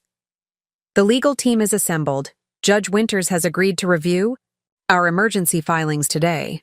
She has a particular interest in cases involving financial exploitation of new mothers. Another ally I hadn't expected. The coalition building around our cause extended beyond those in the room. The banking consortium is prepared as well, Monique added. Representatives from 6 financial institutions have agreed to coordinate, their actions precisely as we requested. These institutions, with their rigid protocols and bureaucratic caution, had proven surprisingly responsive when presented with evidence of Robert's schemes. My grandfather's reputation opened doors, but the merits of our case secured cooperation. By mid-morning, our expanded team included financial forensic specialists, legal experts across 3 jurisdictions, banking security officers, and even a child welfare advocate specializing in cases involving parental financial crimes. Robert's video call is scheduled for 11, Monique reminded me. Are you certain you don't want to observe? I shook my head. No. Better that I focus on coordinating the responses after we see which direction he takes. The call itself went exactly as predicted. Robert, believing himself to be speaking with a Morrison financial representative, pressed for details about the trust distribution while presenting himself as my authorized financial manager. He asked specific questions about transfer procedures, verification requirements, and timing, each answer carefully crafted to guide him toward our prepared trap. He took the bait, Martin Reeves confirmed after reviewing the recorded call. He's planning to access the distribution through the Swiss account he established using your credentials, which gives us jurisdiction for banking fraud in Switzerland, Sandra Jenkins added. That's crucial for the international recovery efforts. As noon approached, Lisa updated our monitoring of Chloe's activities. She's liquidating personal assets and canceling standing appointments for the next month. Classic preparation for disappearance. And Monty? I asked. Covering digital tracks. He's deleting accounts, scrubbing browser histories, and establishing new secure communications channels. Each report confirmed our strategy was working. Robert, Chloe, and Monty believed themselves to be operating undetected, preparing for their final extraction of my supposed wealth. Their activities created a perfect record of consciousness of guilt, evidence that would prove crucial in both criminal and civil proceedings. More importantly, their predictable responses revealed their next moves before they made them, allowing our coalition to position countermeasures with precision. Vancouver authorities have been briefed regarding Aiden, Carl reported. Child Protective Services has a team on standby, ready to intervene with appropriate sensitivity. By evening, our coalition had grown from 3 people in my grandfather's study to over 20 professionals across multiple countries, each bringing specialized expertise to our coordinated response. It's remarkable, Lisa observed as we reviewed the day's developments. How quickly people rallied to this cause. What she didn't say, what none of them said, was that the coalition had formed around me, not just my case. Something in my transformation, from victim to strategist, had inspired others to contribute their best efforts. As I nursed the twins before bed, I reflected on this unexpected development. Robert had seen me as nothing more than a means to financial gain. In trying to destroy me, he had instead revealed my capacity to build something far stronger than he could imagine. A coalition united by purpose and principle rather than greed. We found them, Martin Reeves announced, entering the study with a tablet displaying a complex financial diagram. All of them. It was early morning, the day before Robert and Chloe's scheduled flight to Vancouver. The twins slept peacefully nearby, as our team gathered to review the latest developments. All of whom? I asked, though I already suspected the answer. The previous victims. Martin placed the tablet before me. Once we established Robert and Chloe's pattern, we cross-referenced financial records with their known locations over the past decade. 7 women in total, including Margaret Phillips and yourself. 7 lives disrupted. 7 women targeted for their assets rather than their hearts. The diagram mapped financial flows from each victim to shell companies, offshore accounts, and ultimately to Robert's various identities. The pattern is consistent, Martin continued. Chloe identifies and befriends the target. Robert initiates romantic pursuit. Relationship accelerates unusually quickly to marriage or cohabitation. Financial integration follows. Then, at a moment of vulnerability, illness, pregnancy, family crisis, extraction occurs. Lisa, who had been examining the data, looked up sharply. These amounts, collectively, they've stolen nearly $11 million over 9 years. The scale of the operation stunned me. Not just an opportunistic betrayal, but a calculated criminal enterprise sustained over nearly a decade. What happened to the other women? I asked, dreading the answer. Carl consulted his notes. 4 suffered significant financial losses but have rebuilt their lives. 1 died shortly after. Heart attack, apparently natural causes, though the timing raises questions. And Margaret Phillips. The boating accident, I finished. Yes. Only Margaret and possibly the heart attack victim raise concerns about physical harm. The others faced financial devastation but not physical danger. This revelation shifted my understanding of what we were confronting. No longer just my personal justice, our actions now represented accountability for a pattern of predatory behavior that had affected multiple lives and possibly ended 2. Have you contacted the surviving victims? I asked. Carefully, Carl confirmed. They've provided additional documentation and agreed to testify if needed. All expressed profound relief that Robert and Chloe might finally face consequences. As we processed this expanded context, another revelation emerged from the financial forensics team. The money trail from Robert and Chloe's previous schemes converged at an investment portfolio registered to a trust in Bermuda, the apparent repository for their accumulated wealth. Approximately $8.5 million remains in these accounts, Martin explained. The rest was spent on luxury properties, vehicles, travel, and maintaining their various identities. Including Aiden's care, I noted, still troubled by Robert's contradictory behavior, abandoning my newborns while supporting his son in Vancouver. Yes, though those expenses are relatively modest compared to their lifestyle spending, Martin confirmed. The implications were clear. This wasn't just about recovering my stolen savings. We had uncovered a sophisticated criminal operation that had victimized multiple women and constructed an elaborate financial architecture to hide ill-gotten gains. This changes our approach, I decided. We need to expand the asset recovery to include restitution for all victims. Carl nodded thoughtfully. It strengthens our case with authorities. Pattern crimes receive priority attention. And morally, it's the right thing to do. Lisa added. The scale of Robert's crimes had transformed my personal pursuit of justice into something larger, a responsibility to address systemic exploitation and protect potential future victims. My grandfather's words from his letter resonated anew. This is your legacy, not just in material terms, but in character and resilience. Coordinate with the other victims, I instructed Carl. Ensure they understand they're not alone, that there's a coalition working toward resolution. As our team dispersed to implement this expanded vision, I gazed down at Emma and Ethan. My fight for justice had evolved beyond personal recovery or even revenge.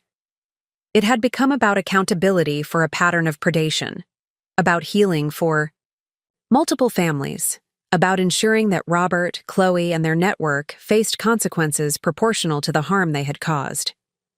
The revelation of scale had clarified my purpose. This wasn't just my story anymore. It was a responsibility to address a wrong that extended far beyond my personal experience. The morning of execution dawned clear and crisp.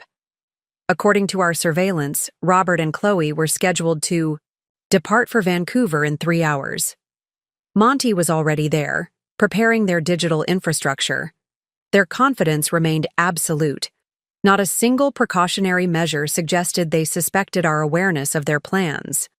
All teams in position, Martin confirmed, coordinating from a makeshift command center in grandfather's dining room.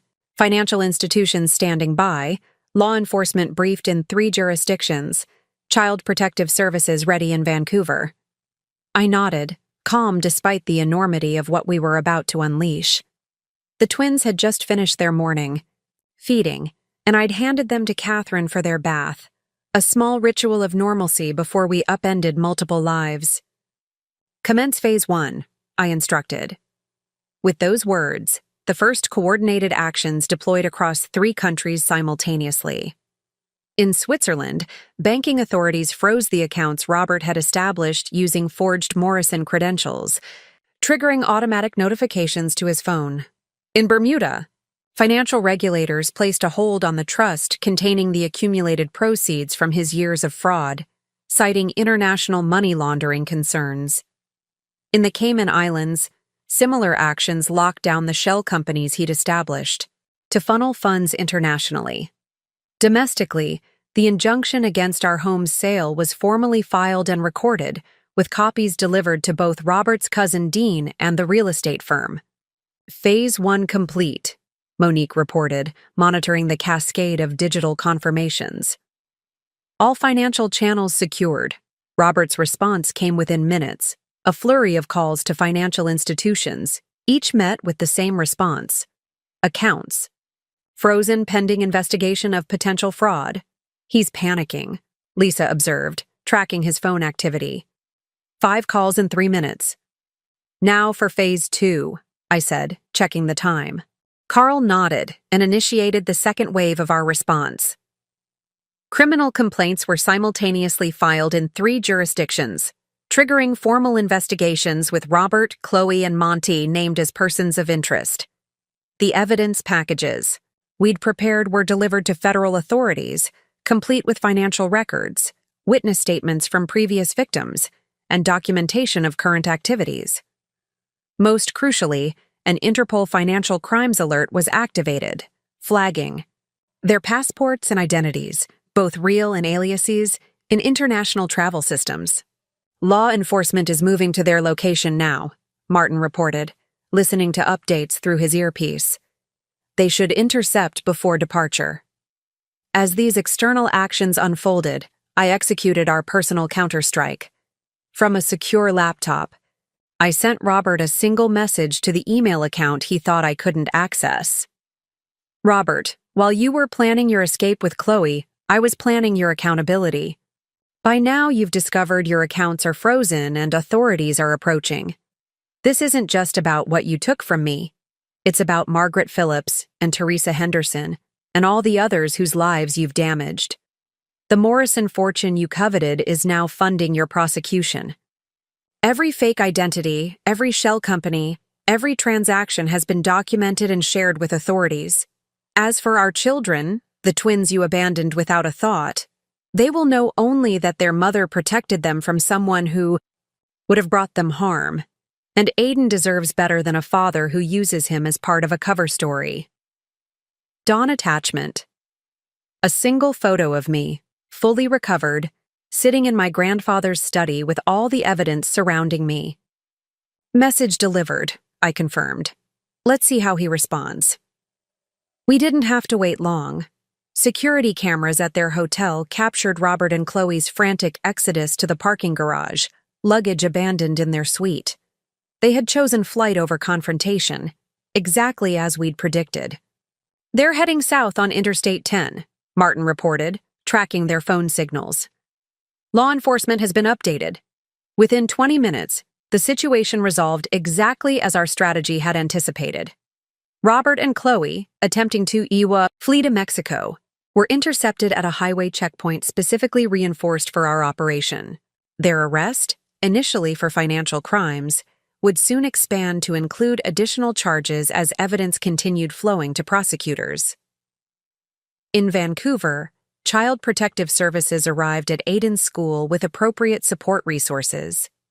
The boy would be temporarily placed with his maternal aunt, Margaret's sister, who had been searching for him since her sister's death. Monty, attempting to delete evidence from a Vancouver hotel room, found himself interrupted by Canadian authorities with a search warrant for electronic devices related to international fraud, It's done, Carl said quietly as the confirmations streamed in. All primary targets in custody. The machinery of justice, once engaged, continued its inexorable progress. Across 3 countries, evidence was being secured, charges formalized, and legal proceedings initiated. The financial architecture Robert had constructed over years was being systematically dismantled, with assets frozen pending formal forfeiture. I felt no triumph, only a profound sense of closure. The man who had seen me as nothing but a financial resource had been undone by the very strengths he'd dismissed. My analytical mind, my professional network, and the legacy of integrity my grandfather had built. The other victims have been notified, Lisa reported. They all expressed, well, gratitude doesn't quite capture it. Justice, I suggested. They've received justice. As the command center began to wind down operations, I returned to the nursery where Emma and Ethan lay sleeping, blissfully unaware of the morning's events. I had protected them from a legacy of deception. I had honored my grandfather's faith in me. And I had transformed violation into vindication, not just for myself, but for all those whose trust Robert had betrayed. 3 weeks after Robert's arrest, I sat in a federal courthouse conference room, preparing to give my official statement to prosecutors. The twins, now 6 weeks old, remained at the estate with Catherine. Despite making remarkable progress in my recovery, I still moved carefully, the physical reminders of childbirth lingering even as the emotional wounds began to heal. Carl sat beside me, reviewing documents while we waited for the federal prosecutor to arrive. The evidence is overwhelming, he noted. Their legal teams have already approached us about potential plea agreements. All 3 of them? I asked. Monty turned first, offering evidence against Robert and Chloe in exchange for reduced charges. Then Chloe began negotiating, claiming Robert was the mastermind. Carl's expression held professional detachment mixed with personal satisfaction. They've turned on each other exactly as we predicted. The prosecutor, a formidable woman named Rebecca Winters, entered with a stack of files. Mrs. Baker, or do you prefer Ms. Morrison now? Dawn is fine, I replied, having not yet decided about returning to my maiden name. Well, Dawn, I wanted to update you before taking your formal statement. The case has expanded significantly. She laid out photographs of evidence seized from Robert's various properties. Financial records dating back 12 years, notes on potential targets, including detailed financial assessments, and most disturbing, documentation relating to Margaret, Philip's boating accident. My breath caught. He was responsible? We've reopened the investigation. The evidence is circumstantial but compelling. Insurance policies, timing of financial transfers, technical issues with the boat that appear deliberate rather than accidental. The implications settled heavily in the room. Robert hadn't just been a con man. He might be implicated in manslaughter or worse. What about Aiden? I asked. Rebecca's expression softened slightly. He's adjusting well with his aunt. The judge granted temporary custody yesterday, with supervised visitation, for his grandmother once she's well enough to travel, and the financial recovery. That's actually our best news, she acknowledged. The Bermuda Trust has been fully frozen, with forfeiture proceedings initiated. The court has authorized an unusual arrangement, a restitution fund for all identified victims, with proportional distribution based on documented losses. Carl added, which means you and the other women will likely recover substantial portions of what was taken, not immediately, but eventually. The process would be lengthy, international. Financial recovery always was, but the machinery of legal consequences was now fully engaged. Robert, Chloe, and Monty faced indictments in multiple jurisdictions, with charges ranging from wire fraud to money laundering to potential involvement in Margaret's death. As I provided my formal statement that afternoon, detailing the events, from my first meeting with Chloe through Robert's arrest, I felt an unexpected sense of detachment. The woman in that story, the one who had trusted so completely, who had missed the warning signs, who had awakened in a hospital to discover betrayal, seemed like someone I had once known rather than myself. The preliminary hearing a week later brought my first direct confrontation with Robert since his arrest. Entering the courtroom, I felt a momentary flutter of anxiety, but it dissipated when I actually saw him. In jail attire, without his carefully crafted charm and confidence, he appeared smaller somehow, diminished. His eyes found mine as I took my seat, expecting to see anger or defiance. Instead, I recognized something entirely different: calculation. Even now, facing serious charges and overwhelming evidence, he was assessing angles, looking for leverage, measuring what he might extract from the situation. When he attempted to approach me during a recess, security intervened immediately. "Dawn," he called, his voice holding that familiar persuasive tone. "There's been a terrible misunderstanding. If we could just talk privately." I met his gaze calmly. "There's no misunderstanding, Robert. There's only accountability." The judge granted all the prosecution's motions, denying bail due to flight risk and setting a trial date 6 months out. All 3 defendants would remain in custody, their assets frozen, their freedom curtailed by the same legal system they had manipulated for years. As I left the courthouse, reporters called questions about the Black Widow investment scheme, the media's name for Robert and Chloe's operation. I declined comment, but couldn't help noticing the poetic justice. The man who had defined me as nothing but a financial resource was now defined by his financial crimes, his name becoming synonymous with betrayal and fraud. The consequences he had never anticipated when emptying our savings account while I gave birth had manifested fully. Not as revenge, but as the natural conclusion to choices made with arrogance and callousness. Justice, I realized, had its own elegant mathematics, a balancing of equations that Robert, for all his financial scheming, had failed to calculate correctly. 2 months after Robert's arrest, I sat in my grandfather's, now my office, reviewing correspondence that had arrived following the first news reports about the case.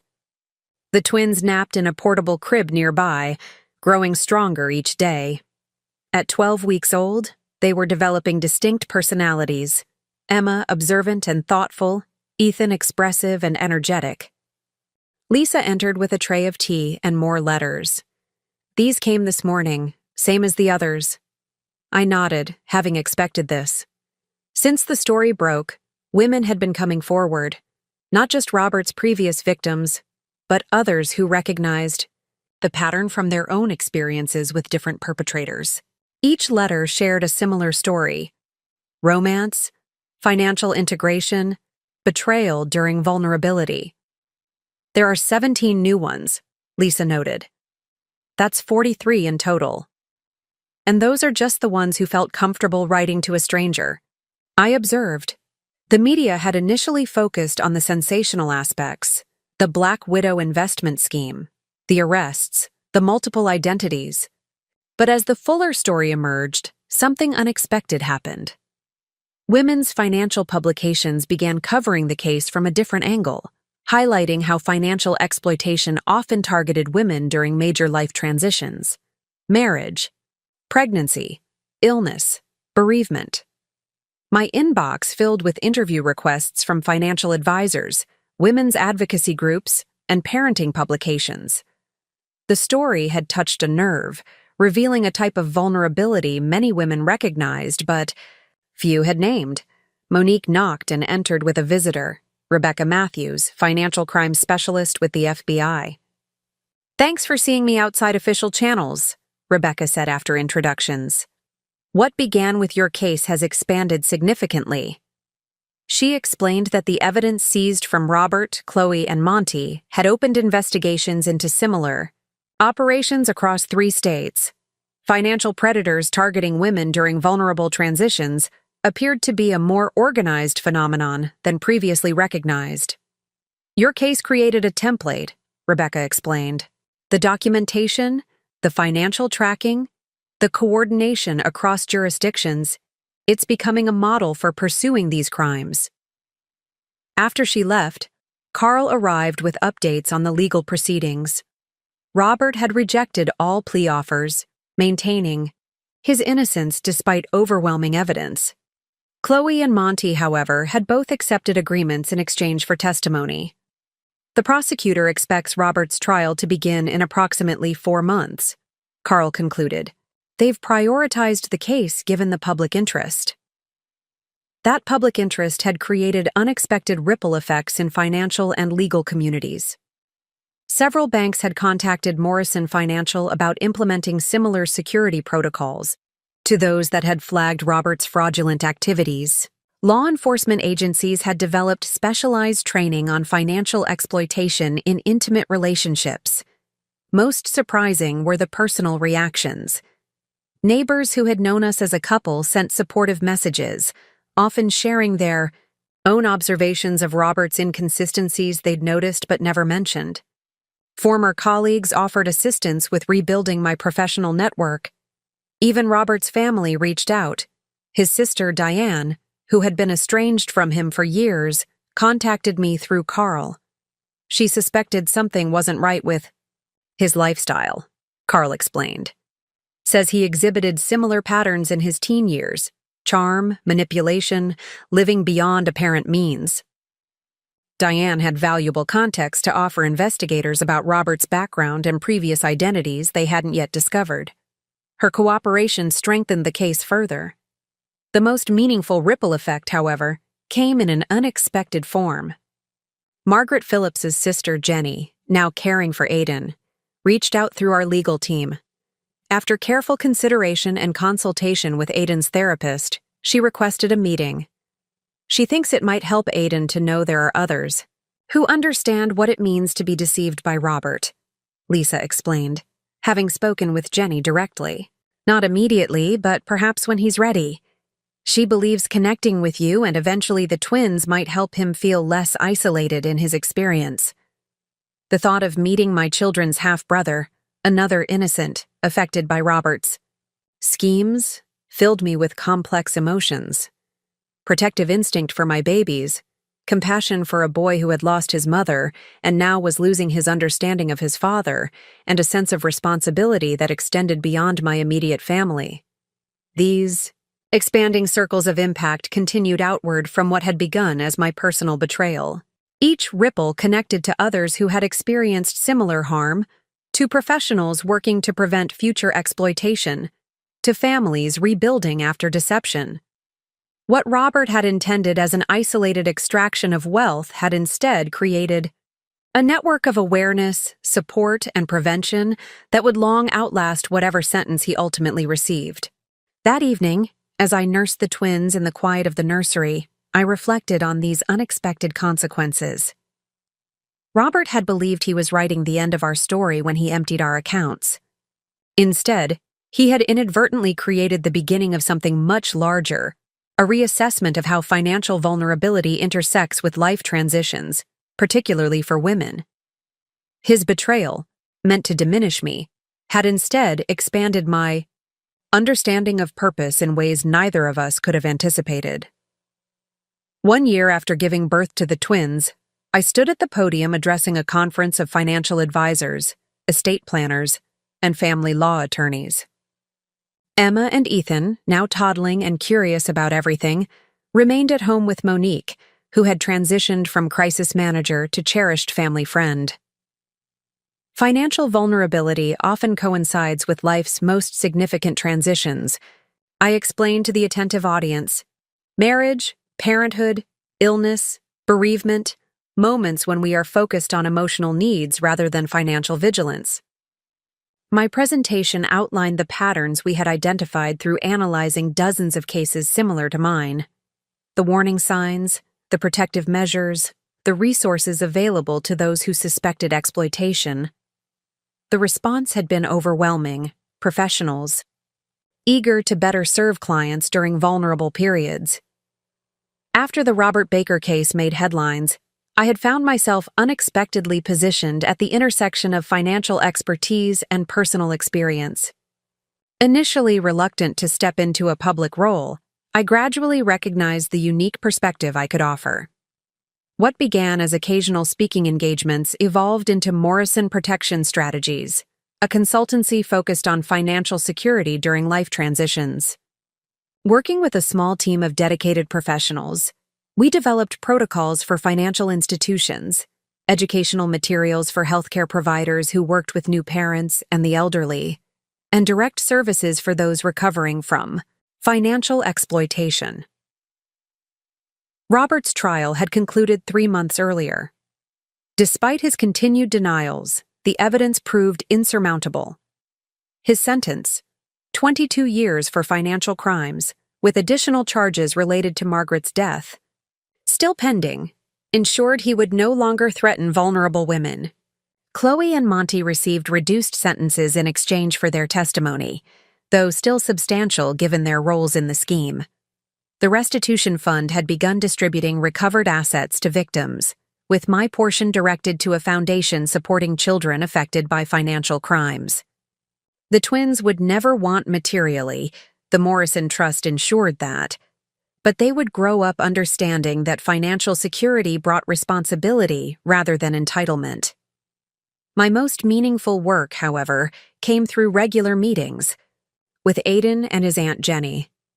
Initially cautious, we had gradually built a relationship that acknowledged our complicated connection while focusing on the children's well-being. At 10, Aiden was thoughtful beyond his years, processing complex truths about his father with remarkable resilience. Watching Emma and Ethan interact with their half-brother during monthly visits had become a source of unexpected joy. These 3 children, connected through circumstances none of them had chosen, were forging bonds that transcended their father's betrayals. As I concluded my presentation and answered questions from the audience, I reflected on the journey from that hospital bed a year earlier. The woman who had awakened to discover her husband's betrayal while recovering from childbirth had undergone a profound metamorphosis. The transformation wasn't about financial recovery, professional reinvention, or even justice served, though all had occurred. It was about reclaiming the narrative, about refusing to be defined by victimization, about creating meaning from betrayal. Robert had seen me as nothing but a means to financial gain. In attempting to reduce me to a transaction, he had instead catalyzed my evolution into someone stronger, more purposeful, and more impactful than I might otherwise have become. His greatest miscalculation hadn't been underestimating my financial acumen or my family resources. It had been failing to recognize that in targeting me during what he perceived as my moment of greatest vulnerability, he had inadvertently triggered my most profound strength. While I was giving birth, my husband emptied our savings, but he didn't know about my family fortune. More importantly, he never realized that true wealth lies not in accounts or assets, but in resilience, purpose, and the legacy we create through how we transform our challenges. Up next, you've got 2 more standout stories right on your screen. If this one hit the mark, you won't want to pass these up. Just click and check them out. And don't forget to subscribe and turn on the notification bell so you don't miss any upload from us.